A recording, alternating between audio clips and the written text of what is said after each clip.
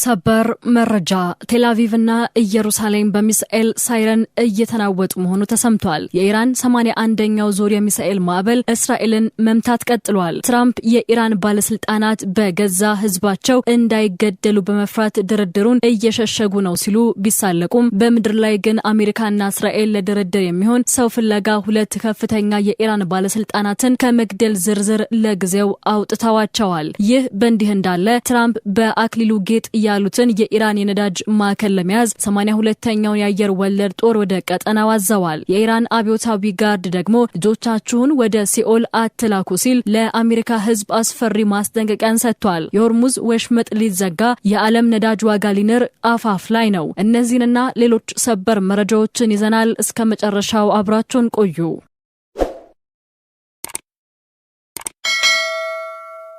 በመካከለኛው ምስራቅ ለ26 ቀናት የዘለቀው ጦርነት ዛሬ ወደ አዲስና እጅግ አስፈሪ ምዕራፍ ተሸጋግሯል። በእስራኤል ዋና ዋና ከተሞች በተለይም በቴልአቪቭና በኢየሩሳሌም የሚገኙ ነዋሪዎች ላለፉት ጥቂት ሰዓታት ከመጠለያ ሳይወጡ ውለዋል። እንደ ኔት ኒውስ ዘገባ ከሆነ በአንድ ሰዓት ተኩል ውስጥ ብቻ የሚሳኤል ማስጠንቀቂያ ሳይረኖች ለ3 ተከታታይ ጊዜያት ተሰምተዋል። ይህ የሳይረን ድምጽ የመጣው የኢራን አብዮታዊ ጋርድ ኦፕሬሽን እውነተኛ ቃል ኪዳን 4 የተሰኘውን ጥቃቱ 81ኛ ዙር መጀመሩን ካወጀ በኋላ ነው። የኢራን አብዮታዊ ጋርድ ባወጣው መግለጫ በዚህኛው ዙር ብቻ ከ70 በላይ ስልታዊ ቦታዎችን በሚሳኤል መምታቱን አስታውቋል። በጥቃቱ ላይ ጥቅም ላይ የዋሉት ሚሳኤሎች ተራ ሳይሆኑ ኢራን እጅግ የምትመካባቸውና በሳተላይት የሚመሩ ኤማድ፣ ቂያም፣ ቁራም ሻህር እና ቃደር የተሰኙ የረጅም ርቀት ሚሳኤሎች ናቸው። እነዚህ ሚሳኤሎች በተለይ የሃይፋን ወደብ የዲሞና የኒውክሌር ማዕከልንና ከቴልአቪቭ በስተሰሜንና በስተደቡብ የሚገኙ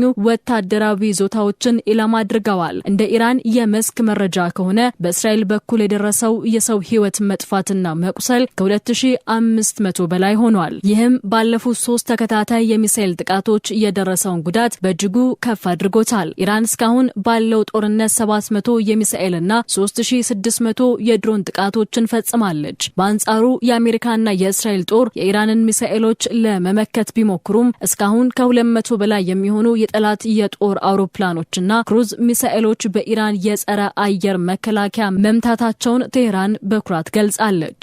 የኢራን አብዮታዊ ጋርድ ለአሜሪካ ህዝብ ባስተላለፈው መልእክት ትራምፕና ኔታንያሁ የጦርነቱን እውነት እየሸሸጉ እንደሆነ ገልጿል። የጦርነቱን እውነት ማየት ከፈለጋችሁ በአሜሪካ የነዳጅ ማደያዎች ያለውን ዋጋ፣ በቴህራን ጎዳናዎች ላይ ያለውን ጽናትና በቴልአቪቭ ሰማይ ላይ የሚታየውን የሚሳኤል እሳት ተመልከቱ ብሏል። ይህ የሚያሳየው ኢራን ጦርነቱን ወደ ጠላት ግዛት በማስገባት የስነ ልቦና የበላይነት ለመያዝ እየሰራች መሆኑን ነው። በእስራኤል የኃይል ማመንጫ ጣቢያዎች ላይ ጭስ ሲተነፍስ መታየቱና የኢራን ሚሳኤሎች የቴልአቪቭን ሰማይ መቆጣጠራቸው አሜሪካ ድርድር ላይ ነን የምትለውን ንግግር ጥያቄ ውስጥ ጥሎታል። የኢራን ጦር መሪዎች ቴልአቪቭንና ሃይፋን ከምድር ላይ እናስተካክላለን የሚለውን ዛቻ በተግባር ለማሳየት ዝግጁ መሆናቸውን በመግለጽ አሜሪካና እስራኤል ተጨማሪ እርምጃ ከመውሰዳቸው በፊት እንዲያስቡ ማስጠንቀቂያ ሰጥተዋል። በመካከለኛው ምስራቅ ያለው ጦርነት ዛሬ በጦር ሜዳ ብቻ ሳይሆን በዲፕሎማሲው መድረክም እጅግ አስገራሚ ድራማዎችን እያስተናገደ ይገኛል። ፕሬዝዳንት ዶናልድ ትራምፕ ሮብ ምሽት በዋሽንግተን ዲሲ በሰጡት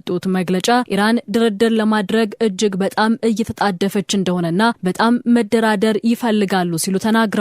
ትራምፕ የኢራን ባለስልጣናት ድርድሩን ለምን እንደሚደብቁ ሲያስረዱ ሊነግራችሁ ይፈራሉ፣ ምክንያቱም እውነቱን ከተናገሩ በገዛ ህዝባቸው ይገደላሉ ብለው ያስባሉ፣ ደግሞም በእኛም እንዳይገደሉ ይፈራሉ ሲሉ ተሳልቀዋል። ትራምፕ አክለውም የኢራን መሪዎች ከኔ ጋር ስምምነት ለማድረግ ለምነውኛል፣ እንዲያውም ቀጣዩ የኢራን የበላይ መሪ እንደሆን ጭምር ጠይቀውኛል፣ እኔ ግን ፍላጎቱ የለኝም በማለት በቴህራን ላይ ያላቸውን የንቀት ስሜት በግልጽ አንጸባርቀዋል። ይህ የትራምፕ ንግግር ገና አየር ላይ ሳይውል የኢራን የውጭ ጉዳይ ሚኒስቴር አባስ አራግቺ በቴህራን ለሚገኙ የመንግስት ሚዲያዎች በሰጡት መግለጫ የትራምፕን ንግግር ሙሉ በሙሉ አስተባብለዋል። እስካሁን ድረስ ከጠላት ጋር ምንም አይነት ድርድር አላደረግንም፣ ወደፊትም የማድረግ እቅድ የለንም ብለዋል። አራግቺ አክለውም በወዳጅ ሀገራት በኩል መልእክቶች መለዋወጣቸው ድርድር ተብሎ ሊጠራ እንደማይችልና የኢራን ፖሊሲ አሁንም በጽናት የመከላከል እርምጃዎችን መቀጠል እንደሆነ አስታውቀዋል። በዚህ ድራማ ውስጥ እጅግ አስገራሚው ዜና ግን አሜሪካና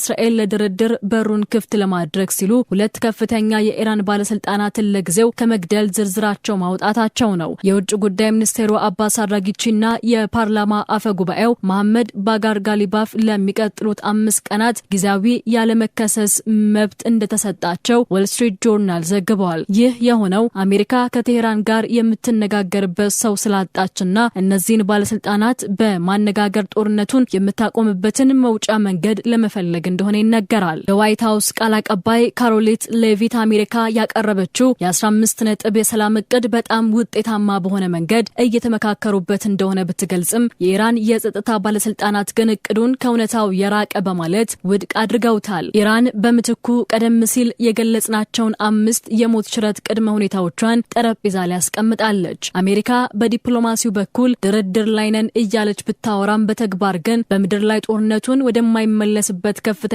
ምዕራፍ እያሸጋገረችው ትገኛለች። ዋይት ሃውስ ዛሬ ባወጣው መግለጫ የአሜሪካ ጦር ኦፕሬሽን ከጊዜ ሰሌዳው ቀድሞ እየተጓዘ መሆኑን ቢገልጽም በሌላ በኩል ግን እጅግ አደገኛ የሆኑ የጦር ክፍሎችን ወደ ቀጠናው ማዝመቱ ትልቅ ስጋትን ፈጥሯል። ባለፉት ቀናት ከካሊፎርኒያ የተላኩት 2500 የባህር ኃይል ወታደሮች ሳያንሱ አሁን ደግሞ ዝነኛውና እጅግ ገዳዩ 82ኛው የአየር ወለድ ጦር ወደ መካከለኛው ምስራቅ እንዲንቀሳቀስ ትዕዛዝ ተሰጥቶታል። ይህ የጦር ክፍል በ24 ሰዓታት ውስጥ የትኛውንም የዓለም ክፍል ወሮ መቆጣጠር የሚችል ፈጣን ደራሽ ነው። የዚህ ጦር መላክ አሜሪካ ከመከላከል አልፋ ወደ ቀጥተኛ ወረራ ለመግባት ማቀዷን የሚያሳይ ግልጽ ምልክት ነው ተብሏል። ወታደራዊ ተንታኞች እንደሚሉት የትራምፕ አስተዳደር ትልቁ ስውር ኢላማ ካርግ ደሴት ናት። ፕሬዝዳንት ዶናልድ ትራምፕ ይህችን ደሴት የአክሊሉ ጌጥ ሲሉ ጠርተዋታል። ምክንያቱም ኢራን ከ90% በላይ የምታመርተውን ነዳጅ ለዓለም የምታሰራጨው በዚህች ደሴት በኩል በመሆኑ ነው። አሜሪካ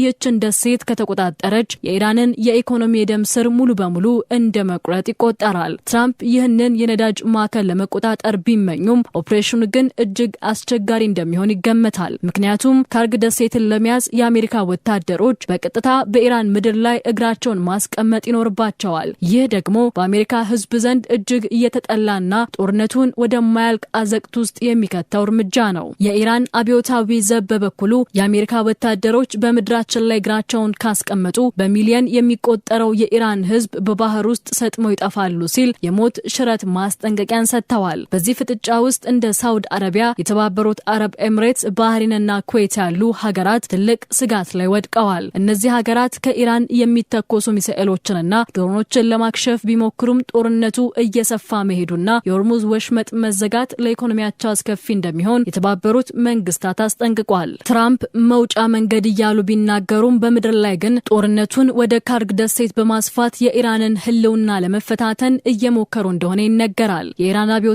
ዘብ ዛሬ ባወጣው መግለጫ ጦርነቱን ከጦር ግንባር ባለፈ ወደ ስነ ልቦናዊ ጦርነት አሸጋግሮታል። ይህ መግለጫ በቀጥታ ያነጣጠረው በአሜሪካ ህዝብ ላይ ሲሆን የትራምፕ አስተዳደር ስለ ጦርነቱ እውነታውን እየሸሸገ መሆኑን በጽኑ ይከሳል። አብዮታዊ ዘቡ ለአሜሪካውያን ባስተላለፈው መልእክት በትራምፕና በኔታንያሁ ውሸት አትታለሉ ካለ በኋላ የጦርነቱ እውነተኛ ውጤት የሚታየው በዋሽንግተን መግለጫ ሳይሆን በአሜሪካ የነዳጅ ማደያዎች ላይ መሆኑን ገልጿል። የሆርሙዝ ወሽመጥ ስጋትና የኢራን ጽናት በአሜሪካ የኢኮኖሚ ገበያ ላይ እያሳደረ ያለው ጫና ጦርነቱ የአሜሪካውያንን ኪስ እየነካ መሆኑን ለማሳየት ሞክሯል። ጦርነቱን ማየት ከፈለጋችሁ በቴል አቪቭ ሰማይ ላይ የሚታየውን የሚሳኤል እሳት ተመልከቱ በማለት የትራምፕን ሁኔታውን ተቆጣጥረነዋል የሚል ንግግር አጣጥሎታል። የአብዮታዊው ጋርድ መግለጫ እጅግ አስፈሪ ማስጠንቀቂያን ያካተተ ነው። አሜሪካ 82ኛውን የአየር ወለድ ጦርና ማሪኖችን ወደ ቀጠናው ማዝመቷን ተከትሎ ልጆቻችሁን በኔታንያሁና በትራምፕ ተንኮል ወደ ሲኦል አትላኩ ብሏል። የወራሪው ጦር ወታደሮች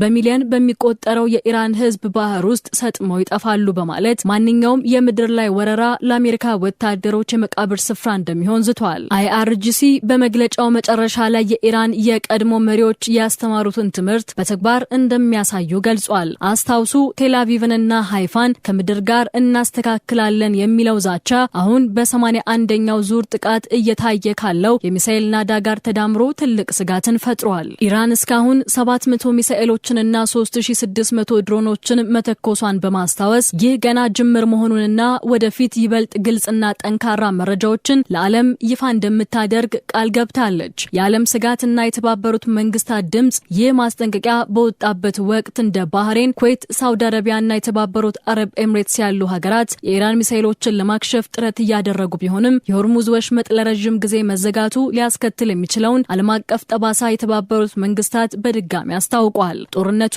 አሁን በቃላት ደረጃ ብቻ ሳይሆን አሜሪካን ወደማትፈልገው ቀጥተኛ የምድር ላይ ጦርነት ውስጥ እየገፋት እንደሆነ ተንታኞች ይናገራሉ። ክቡራትና ክቡራን፣ መካከለኛው ምስራቅ አሁን በትራምፕ የአክሊሉ ጌጥ ስሌትና በኢራን 81ኛው ዙር የሚሳኤል ናዳ መካከል ተይዛለች። የቴል አቪቭ ሰማይ በሚሳኤል እሳት መታወኩና አሜሪካ ታዋቂውን 82ኛ የአየር ወለድ ጦር ወደ ቀጠናው ማዝመቷ ጦርነቱ ገና ወደ ከፋና ወደማይታወቅ የምድር ላይ ውጊያ ሊያመራ እንደሚችል ግልጽ ማሳያ ሆኗል። ትራምፕ ድርድር እያሉ ጦር እያዘመቱ ነው። ኢራን ደግሞ ድርድር የለም እያለች ሚሳኤል እየረጨች ነው። እውነቱ ያለው የት ነው? እኛም በአስገራሚ እውነታዎች ከመጋረጃ ጀርባ ያሉትን እነዚህን ክስተቶች በንቃት እየተከታተልን የምናቀርብላችሁ ይሆናል። ወቅታዊና ሰበር መረጃዎች በፍጥነት እንዲደርሷችሁ ቻናላችንን ሰብስክራይብ ማድረጋችሁንና የደውል ምልክቷን መጫናችሁን አትርሱ። ለዛሬው አበቃን።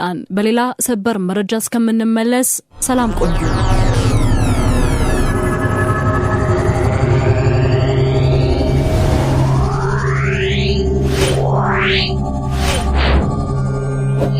Wow.